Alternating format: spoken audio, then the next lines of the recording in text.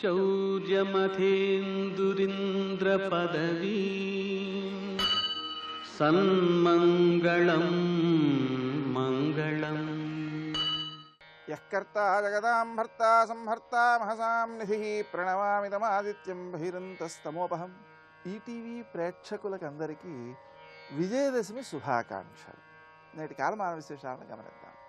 స్వస్తి శ్రీ చాంద్రమాన విజయనామ సంవత్సరం దక్షిణాయనం శరదృతువు ఆశ్వయుజమాసం శుక్లపక్షం ఆదివారం. సూర్యోదయం 6:12 సూర్యాస్తమయం 5:52. తిథి నవమి మధ్యాహ్నం 1:18 వరకు, తరువాత దశమి. నక్షత్రం ఉత్తరాషాఢ ఉదయం 6:20 వరకు, తరువాత శ్రవణం మరుసటి రోజు ఉదయం 5 గంటల వరకు. వర్జం ఉదయం 10:07 నుంచి 11:37 వరకు. దుర్ముహూర్తం సాయంకాలం 4:19 నుంచి 5:05 వరకు. అమృతకాలం రాత్రి 7:11 నుంచి 8:41 వరకు. రాహుకాలం ఆదివారం కాబట్టి సాయంకాలం 4:30 నుంచి 6 గంటల వరకు. నేటి విశేషాలు. మహర్నవమి అయింది. ఆయుధ పూజ ఈరోజు చేస్తారన్నమాట. అదేవిధంగా విజయదశమి సర్వ ప్రదేశాలకు ఇదే రోజు అయింది. అంటే ఆ ప్రదేశాల్లో మహర్నవమి మరియు విజయదశమి ఒకే రోజు వచ్చాయన్నమాట. ఈ విధంగా మనం చేసేటువంటి పూజల్లో రాజరాజేశ్వరీ దేవిని మనం అలంకరించుకుంటాం. అలాగే గోధుమ పాయసాన్ని నివేదన చేస్తూ మిగిలినటువంటి పిండి వంటలతో చేసినట్లయితే అది ఉత్తమమైన ఫలితాన్ని ఇస్తూ ఉంటుంది. ఇంకా విశేషించి మనం ఆలోచించవలసి వస్తే సాయంకాలపు వేళ జమ్మి చెట్టుకి పూజ చేయడం జరుగుతుంటుంది. ఆ జమ్మి చెట్టుని ఏదో ఆలయంలో ఉన్నదాన్ని పూజ చేయడము లేదా ఒక కొమ్మ విరుచుకొచ్చి చేయడము అనేటువంటిది లోకంలో కనిపిస్తూ ఉంటాయి. ఆలయంలో ఉన్నదాన్ని చేయడం వల్ల ఇబ్బంది ఏమీ లేదు. కానీ ఇంట్లో పూజ చేద్దామనే ఉద్దేశంతో విరిచినటువంటి కొమ్మలతో పూజ చేయడం తప్పు. ఆ కారణంగా జమ్మి చెట్టును తెచ్చుకుని ఇంట్లో పాతుకుని అక్కడ పూజ చేయడం అనేటువంటిది శ్రేష్టంగా ఉంటుంది. అలా ప్రతి సంవత్సరం కూడా దాన్ని పూజ చేసుకుంటూ ఉండవచ్చు. అది మహత్వం కలిగినటువంటిది అవుతుందన్నమాట. నేటి ఆణిముత్యాలు.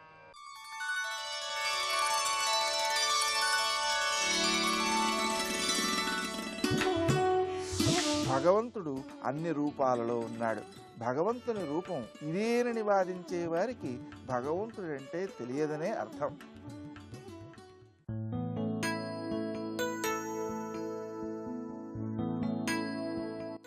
రేపు ఎలా అనే ఆలోచన అనవసరం. ఎందుకంటే రేపటి రోజు నువ్వు ఉంటావో లేదో తెలియదు కనుక.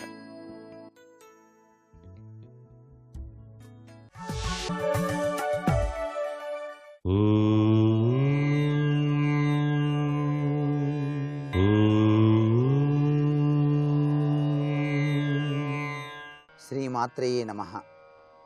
ఈటీవీ ప్రేక్షకులందరికీ దసరా పండుగ శుభాకాంక్షలు తెలియచేస్తూ ఈరోజు జగత్కల్పవల్లి అయినటువంటి ఆ జగన్మాత రాజరాజేశ్వరీ దేవిని ఆరాధన చేసేటువంటి సంప్రదాయం కనిపిస్తుంది. రాజరాజేశ్వరీ దేవిని ఎవరైతే ఆరాధన చేస్తారో వారికి సర్వసంపదల్ని కూడా ప్రసాదిస్తుంది ఆ చక్కని తల్లి. దేవీ పూజా సంప్రదాయంలో రాజరాజేశ్వరీ దేవి ఆరాధన ఉత్తమోత్తమైనటువంటి ఆరాధనగా చెప్పారు. ఈ తల్లి మహామంత్రానికి షోడశీ మంత్రం అని చెప్పేసి పేరు. గొప్ప గొప్ప పీఠాధిపతులు, సిద్ధి పురుషులు ఈ దేవిని ఆరాధన చేస్తూ ఉంటారు. అంతేకాకుండా ఈ తల్లి శ్రీ విద్య పరబ్రహ్మ స్వరూపిణి కూడా, మోక్ష విద్య. ఈమె శివకేశవాదులకు తల్లి. ఈమె జగత్తునంతా కూడాను మోహింపచేస్తుంది. ఈమె చైతన్య కళ కాబట్టి ఈమె పరదేవత. ఈ రాజరాజేశ్వరి దేవి భక్తజనులను రక్షిస్తూ ఉంటుంది కాబట్టి ఈ రోజునే శమీ పూజ అని చెప్పేసి కూడా నిర్వహిస్తాం.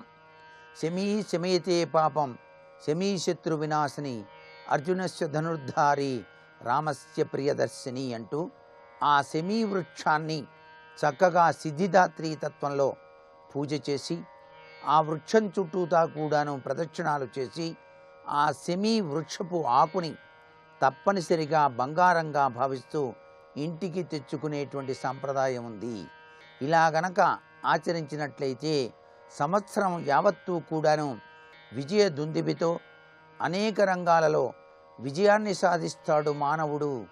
ఐశ్వర్య సిద్ధితోనూ విజయసిద్ధితోనూ జీవితాన్ని గడపడానికి ఆస్కారం ఎంతగానో ఉంటుంది. ఆ చక్కని తల్లి తలుచుకుంటే తులలేని వైభవంతో తులతూగవచ్చును కదా అనేటువంటి సాంప్రదాయ లక్షణం ఈ విజయసిద్ధిదా.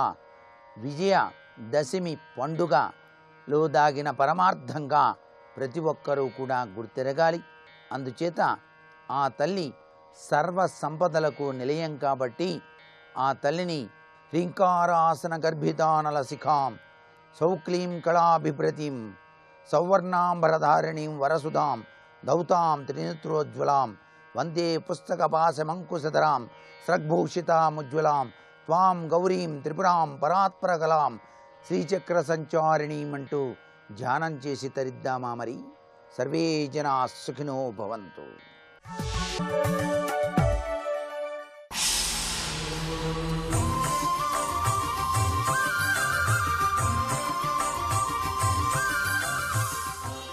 శతక సాహితీ సరస్వతికి నమస్కారం. ఈటీవీ ప్రేక్షకులకు దసరా శుభాకాంక్షలు. మాయను నిల్పినావు గద మాకును నీకును మధ్యలో ఇకన్ ఈ ఇరకాట్లలో పడుచు ఏ గతి సద్గతి పొందుటల్ మహామాయకు మూల రూపిణివి మౌనము దాల్చకు కొండదారిలో ఓయని పిలిచినంత ఇదిగోయని రమ్ము సుశబ్ద రూపిణి. అమ్మా దుర్గాభవాని, మాయను నిల్పినావు గద మాకును నీకును మధ్యలో. ఈ సకల చరాచర ప్రపంచమంతా కూడా నువ్వు ఉన్నావు. ప్రతి అణువులో ఉన్న నిన్ను మేము చూడలేకపోతున్నామంటే కారణం మాకు నీకు మధ్యలో మాయనేటువంటి దాన్ని ఏర్పరిచావమ్మా నువ్వు. మాయను నిల్పినావు గద మాకును నీకును మధ్యలో. ఇక మీకు మాకు ఉన్నటువంటి ఈ మాయలో బడి మానవులందరూ కూడా దేవతామూర్తులను చూడలేకపోతున్నారు. చూడలేక ఈ మాయలోనే చిక్కుకుని ఎన్నెన్నో బాధలకు ఇబ్బందులకు లోనవుతున్నారు. ఇకన్ ఈ ఇరకాట్లలో పడుచు ఏ గతి సద్గతి పొందుటల్. ఇక సద్గతి అనేటువంటిది ఎప్పటికీ ఈ జీవులకు. మహామాయకు మూల రూపిణివి మౌనము దాల్చకు కొండదారిలో. నువ్వు మహామాయాస్వరూపిణివి, మహామాయకు మూల స్వరూపానివి నువ్వు. ఓ తల్లి, నువ్వు ఈ మాయను మేము దాటి నిన్ను ప్రతి అణువులోనూ దర్శించే విధంగా అనుగ్రహించు. నువ్వు మహామాయకు మూల రూపిణివి, మౌనము దాల్చకు కొండదారిలో. నీ ఇంద్రకీలాద్రి పర్వతానికి చేరుకునేటువంటి భక్తులందరూ కూడా నిన్ను ఆర్తితో పిలుస్తుంటే వారి పిలుపులు విని వారికి నీవు బదులివ్వకుండా మౌనం వహించటం మాత్రం బాగుండదు తల్లి. ఎందుకనంటే నువ్వు సుశబ్ద రూపిణివి, శబ్దస్వరూపిణివయ్యుండి వాళ్ళు పిలుస్తుంటే నువ్వు వ్యక్తమైతే చాలు వెంటనే వాళ్ళకి వినిపిస్తుంది. నువ్వు శబ్దస్వరూపిణివి అయి కూడా వాళ్ళు పిలుస్తున్న పిలుపులు వినిపిస్తున్నా కూడా నువ్వు మళ్ళీ వాళ్ళకి బదులివ్వకపోవటం ఏం బాగాలేదమ్మా. మౌనము దాల్చకు కొండదారిలో. సహజంగా కొండదారిలో ఎవరైనా పిలిస్తే, ఏదైనా ఒక శబ్దం చేస్తే ఆ శబ్దం వెంటనే ప్రతిధ్వనిస్తుంది. మళ్ళీ తిరిగి ఆ శబ్దం చేసినటువంటి వారి దగ్గరకు రెట్టింపు వేగంతో మరింత శబ్దం వినబడుతుంది. అటువంటి ప్రతిధ్వని నీ పర్వతమే ఇస్తున్నదమ్మా. శబ్దస్వరూపిణివైనటువంటి నువ్వు మౌనం వహించటం ఏమిటి? మాయను నిల్పినావు గద మాకును నీకును మధ్యలో. ఇకన్ ఈ ఇరకాట్లలో పడుచు ఏ గతి సద్గతి పొందుటల్ మహామాయకు మూల రూపిణివి మౌనము దాల్చకు కొండదారిలో ఓయని పిలిచినంత ఇదిగోయని రమ్ము సుశబ్ద రూపిణి. ఎవరైనా సరే ఆదుకో అని నిన్ను పిలిస్తే వెంటనే వారికి ఇదిగో నేను వస్తున్నాను, మీకు ఏం కావాల్సినా సరే ఇస్తాను, మిమ్మల్ని నేను సవ్యమైనటువంటి మార్గంలో నడిపిస్తాను, మిమ్మల్ని ఆవరించి ఉన్న మాయను తొలగిస్తాను అనేటువంటి అభయాన్ని వారికి ఇచ్చి ఓయని పిలిచినంత ఇదిగోయని రమ్ము సుశబ్ద రూపిణి. ఈ మాయ ఆవరించదు మిమ్మల్ని, నేనున్నాను, మీకు అభయం ఇస్తాను అని వారి దగ్గరకు ఒక సుశబ్ద రూపంగా నువ్వు వ్యక్తమవుతూ రావమ్మా. ఓ దుర్గాభవాని, నిన్ను ఆర్తితో పిలిచేటువంటి భక్తులను ఇలా వచ్చి ఆదుకో. ఓం శ్రీమాత్రే నమః.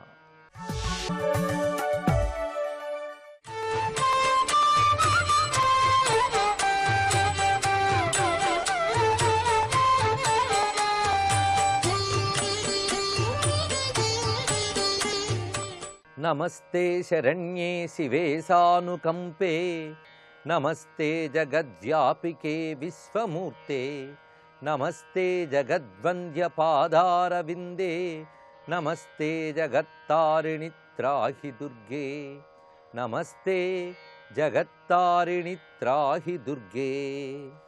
శివాయ గురవే నమః. శ్రీమాత్రే నమః. శ్రీ విష్ణురూపాయ నమః శివాయ. శ్రీమద్ రాజరాజేశ్వరీ పరదేవతాయై నమః. నవరాత్రుల యొక్క పూర్ణత్వం ఆ రాజరాజేశ్వరి యొక్క దివ్య స్వరూపంగా భావించబడుతున్నది.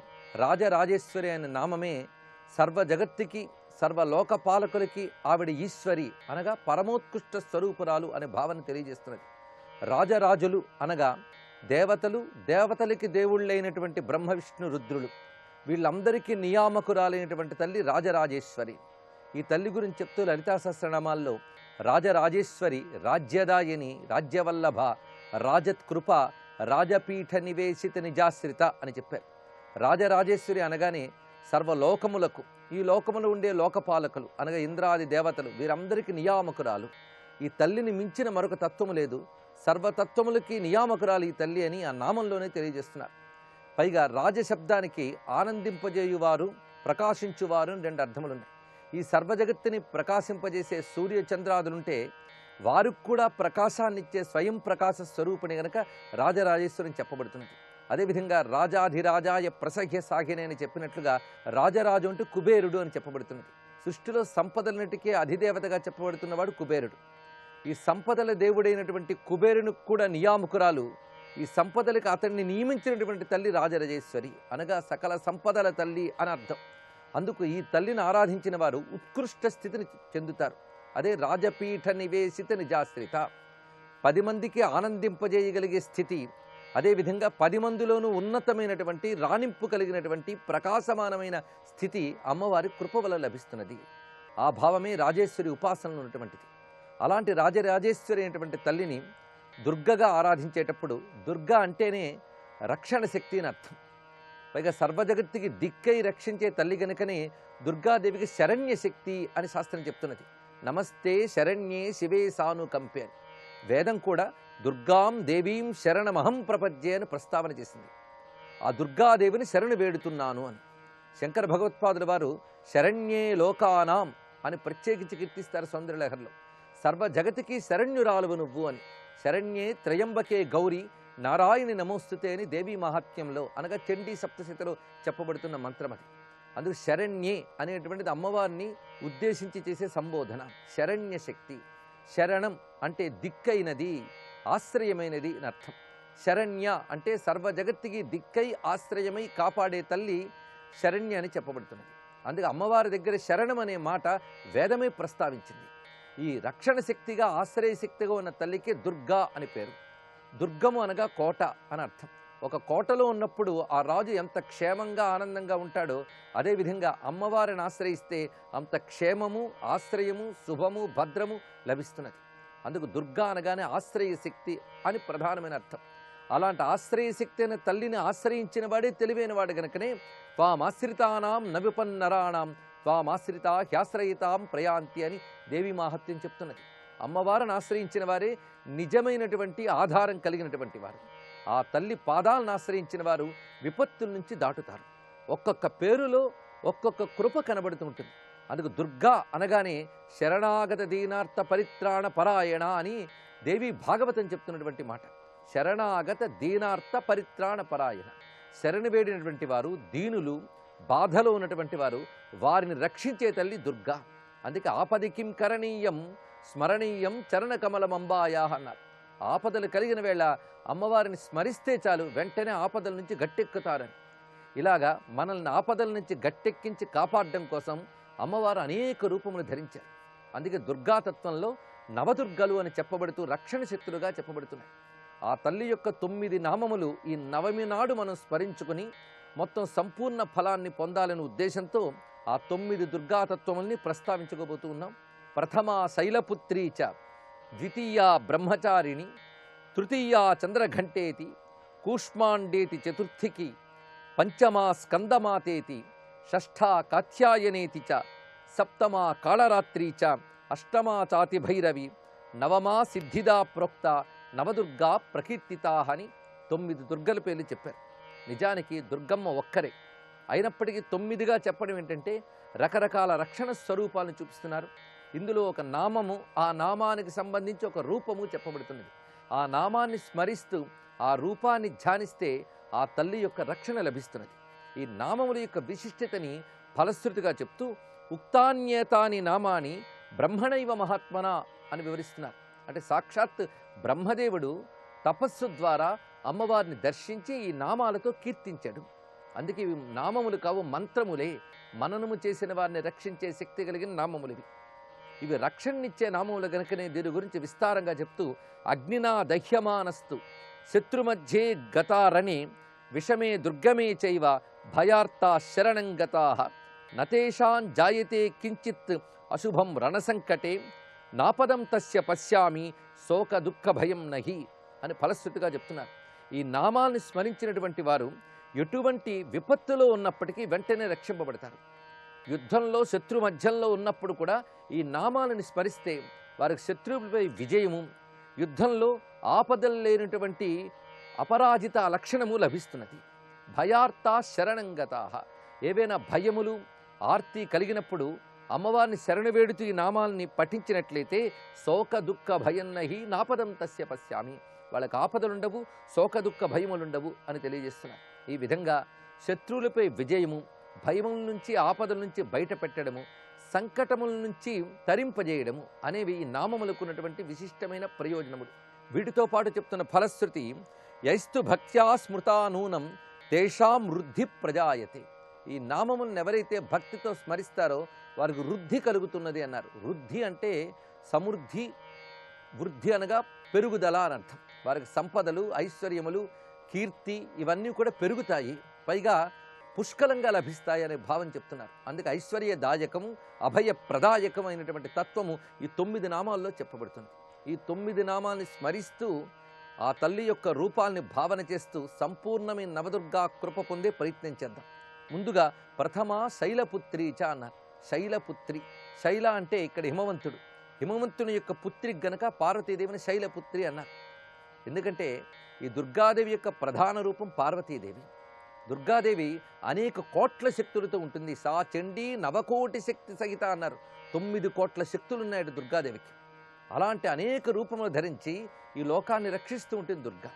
ఈ దుర్గాదేవి సౌమ్యమైన రూపంతో గోచరించేటప్పుడు భవానిగా, శైలపుత్రిగా చెప్పబడుతున్నది. ఈ శైలపుత్రియే అసుర సంహారం చేసేటప్పుడు ధర్మరక్షణ కోసం దుర్గగా భాసిల్లుతున్నది. అందుకు శైలపుత్రి అని చెప్పినప్పుడే ఆమె హిమవత్ పర్వత రాజపుత్రికగా ఉద్భవించినటువంటిది. ఉద్భవం అనగానే బాలారూపాన్ని చూపిస్తున్నారు. అలాగా మేనా హిమవంతుల తపస్సుకు ఫలితంగా ఉద్భవించిన పార్వతీదేవి దుర్గాదేవి యొక్క ప్రథమ రూపంగా లేదా ప్రథమ దుర్గానామంగా చెప్పబడుతున్నది.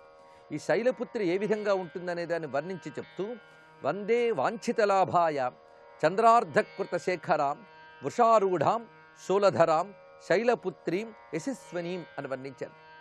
ఈ తల్లిని స్మరిస్తే వాంఛిత లాభం లభిస్తున్నది, అనగా కోరుకున్న కోరిక తీరుతున్నది.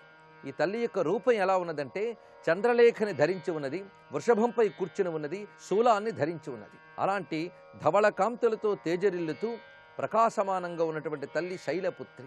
ఇక రెండవది బ్రహ్మచారిణి అని చెప్పబడుతుంది. ఈ బ్రహ్మచారిణి అనగానే తపస్వరూపిణి, వేదస్వరూపిణి రెండు అర్థములున్నాయి. శైలపుత్రిగా ఉద్భవించిన పార్వతీదేవి శివుని ఉద్దేశించి తపస్సు చేసినది. ఆ తపస్వరూపమే బ్రహ్మచారిణి అనే మాటలో కనబడుతున్నది. బ్రహ్మము అనే మాటకి ధర్మము, జ్ఞానము, తపస్సు, వేదము అనేవి ప్రధానమైన అర్థములు. ఇక ఐదవ అర్థమైతే పరబ్రహ్మస్వరూపిణి అర్థం. కానీ ఇక్కడ మన అర్థం తీసుకోవాల్సింది తపస్వరూపిణిగా ఉన్నటువంటి అమ్మవారిని. అందుకే తామగ్నివర్ణాం తపసాజ్వలంతీం వైరోచనీం కర్మఫలేషు దుష్టామన్నారు. ఆ విధంగా తపస్వరూపిణిగా ఉన్న అమ్మవారిని కానీ ధ్యానం చేస్తే మన యొక్క సాధనలన్నీ ఫలిస్తాయని, పైగా జ్ఞానదాయకమైన స్వరూపము ఈ బ్రహ్మచారిణి రూపము. చేతిలో కమండలు పట్టుకుని, ఇంకో చేతిలో అక్షమాల పట్టుకుని పద్మమాల ధరించినటువంటి రూపంగా ఈ తల్లి ఉంటుంది అని వర్ణిస్తున్నది ఆగమశాస్త్రం.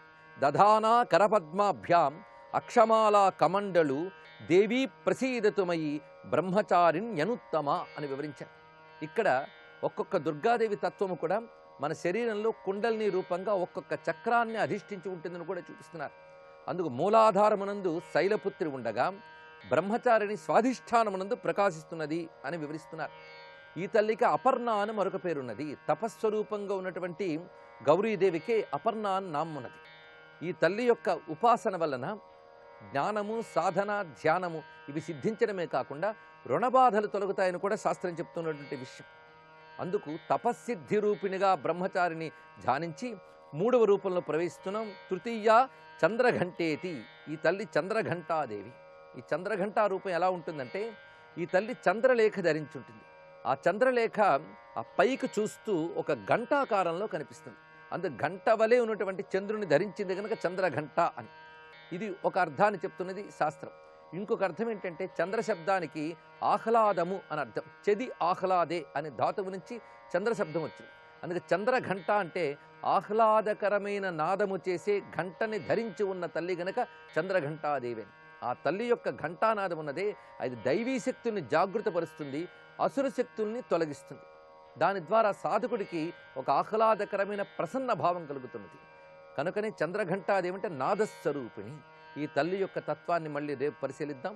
సర్వం శ్రీ జగదంబార్పణమస్తు.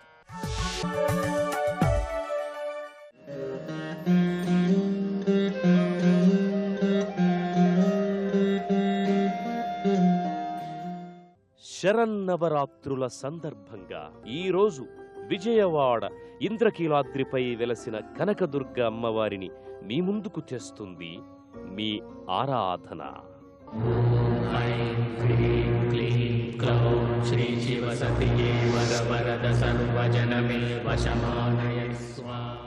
భవానిత్వం దాసేమయీ వితరదృష్టిం సకరుణామితి స్తోతుం వాంఛన్ కథయతి. భవానీ త్వమితి యః తదైవ త్వం తస్మై దిశసి. నిజ సాయుజ్య పదవీం ముకుంద బ్రహ్మేంద్ర స్ఫుట మకుట నీరాజిత పదా అని శంకరాచార్యుల వారు స్తుతించిన దుర్గామాతను ఒక్కసారి స్మరిస్తేనే కరుణామయి అయిన ఆ తల్లి మనల్ని కరుణిస్తుందని చెబుతారు. భక్తుల కొంగు బంగారంగా, జగజ్జననిగా, సర్వపాప హరిణిగా కీర్తింపబడుతున్న దుర్గామాత విజయవాడలోని ఇంద్రకీలాద్రి పర్వతంపై వెలసి నిత్యమూ భక్తుల పూజలందుకుంటోంది.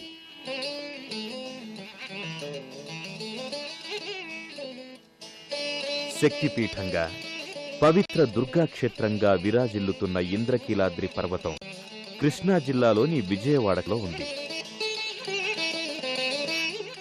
త్రిలోకీ వైచిత్రీ జనకఘన సౌందర్య సదనం విరాజత్ కస్తూరీ తిలక మతికంఠే విజయతే. యదాలోక వ్రీడా కుపిత యువజుటే పశుపతే రివిలినో బాలేందర్నను కనకదుర్గే భగవతి.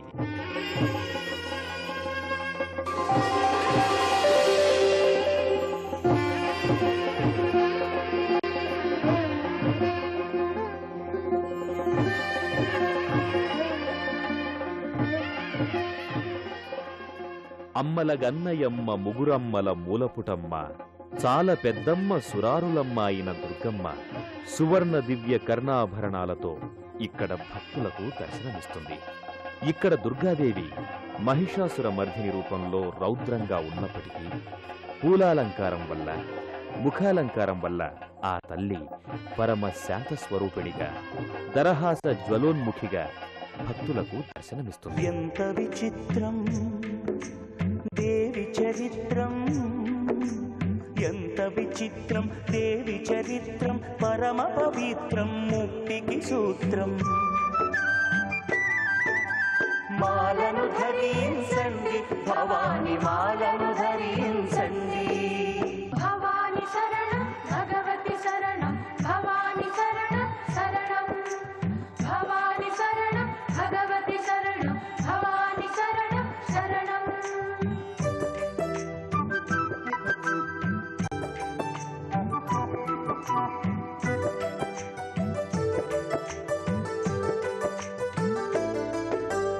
ఆర్తుల కాచే ఆపద తీర్చి ఆగమ రూపిణి అభయ ప్రదాయిని.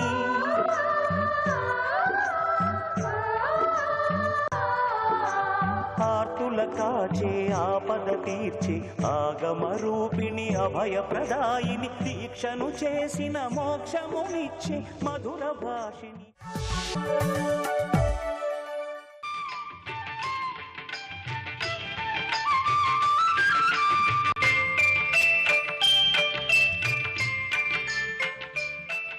ఓం ఐం హ్రీం శ్రీం లలితా పరమేశ్వర్యై నమః. మన దేశంలో నవరాత్రులుగా ప్రసిద్ధమైన ఉత్సవాలు 4 ఉన్నాయి. చైత్రంలో వసంత నవరాత్రులు, వైశాఖంలో నృసింహ నవరాత్రులు, భాద్రపదంలో గణపతి నవరాత్రులు, ఆశ్వయుజంలో శరన్నవరాత్రులు. వీటిలో కూడా నృసింహ నవరాత్రులకు ప్రసిద్ధి తక్కువ. ఈ 4 దేవతల పేరు మీద కాకోకుండా ఋతువుల పేర్ల మీద కూడా ఏర్పడ్డ నవరాత్రులు 2: వసంత నవరాత్రి, శరన్నవరాత్రి. కాబట్టి ఈ నవరాత్రులలో దేవత కన్నా కాలం ప్రధానమైందని సూచన అవుతుంది. సంవత్సరం యొక్క పూర్వార్ధ, ఉత్తరార్ధ సంధిలో వసంత ఋతువు, శరదృతువు వస్తాయి. ఇప్పుడు 9 రోజులు విశేష వ్రతాలు చేయాలి. వీటిలో కూడా శరదృతువు అనేది ఉత్తరార్ధ సంధి కాలం కనుక, అనగా దక్షిణాయన సంధి కాలం కనుక మరింత శక్తివంతమైన వ్రతాలు చేయాలి. అందుకే ఇప్పుడు శక్తిమాత అర్చనలు చేస్తున్నాం. మనం నవరాత్రి ఉపాసన, దాని గురించి విజ్ఞానం మనకు హయగ్రీవుడు వలన సంక్రమిస్తోంది. హయగ్రీవుడు అంటే విష్ణుమూర్తే. విష్ణువు హయగ్రీవాసుర సంహారం చేసిన తర్వాత దేవతలను, మునులను పిలిచి శక్తిమాత తత్వం బోధించి ఆశ్వయుజ మాసంలో మొదటి 9 రోజుల్లో హయగ్రీవాసుర సంగ్రామం జరిగింది. హయగ్రీవాసుర సంగ్రామం జరిగింది కనుక ఆ 9వ రోజులు, అంటే 9 రోజులు దేవీ నవరాత్ర వ్రతాచరణ చేయాలని ఉపదేశించారు. 9 రోజులు వ్రతమైన తర్వాత శమీ వృక్ష పూజ చేయటం ఈ వ్రతంలోని విశేషం. ఏ వ్రతంలోనూ వ్రతానికి పతాక సన్నివేశంగా వృక్ష పూజ ఉండదు. ఇక్కడ మాత్రమే ఉంది. ఆ తర్వాత శ్రీరాముడు, ధర్మరాజు ఈ వ్రతాన్ని ఆచరించారు. అర్జునుడు ఈ వ్రతాన్ని విశేషంగా ఆచరించేవాడు. అందువల్లే కొందరు విజయదశమి అంటే అర్జున దశమి అని అర్థం చెప్పారు కూడా. శమి అంటే పాపాలను, రోగాలను శమింపజేసే ఔషధి. శమి అంటే జమ్మి. శమదమాది షట్క సంపత్తి అని మీరు విని ఉంటారు కదా. శమ అంటే ఇంద్రియ నిగ్రహం. దీన్ని కలిగించే ఔషధి శమి. శమి వృక్షంలో ఉండే దేవత పేరు అపరాజిత. అపరాజిత అంటే ఓటమి లేనిది. శమి వృక్షాన్ని, ఈ దేవతను ఉపాసించటం వల్ల బయటి శత్రువులను, లోపలి శత్రువులను కూడా గెలవవచ్చు. ఇక దేవీ నవరాత్రుల్లో పుస్తక రూప సరస్వతీ పూజ ఒక ముఖ్యం భాగం. ఈ పూజ మూలా నక్షత్రంతో ప్రారంభమవుతుంది. మూలా నక్షత్రానికి అధిదేవత సరస్వతి. ఈ సరస్వతిని విగ్రహ రూపంగా కాక పుస్తక రూపంగా ఆరాధించాలని చెప్పటం వల్ల మానవులు జ్ఞానాన్ని ఆశ్రయించాలని సూచన అవుతుంది. అంటే శమీ పూజ వల్ల బయటి క్రిములు, వ్యాధులు నశిస్తే, పుస్తక పూజ వల్ల లోపలి దురాశలనే క్రిములు, అజ్ఞానం అనే వ్యాధి నశిస్తాయి. కలియుగంలో మనం లోపలి శత్రువులతోనూ బయటి వాతావరణ శత్రువులతోనూ ఇంకా బయటి దేశ శత్రువులతోనూ నిరంతరము సంకటంలో ఉన్నాం కదా మనం. కనుక ప్రతి సంవత్సరం కూడా ఈ దేవీ నవరాత్రి వ్రతాన్ని ఆచరించక తప్పదు.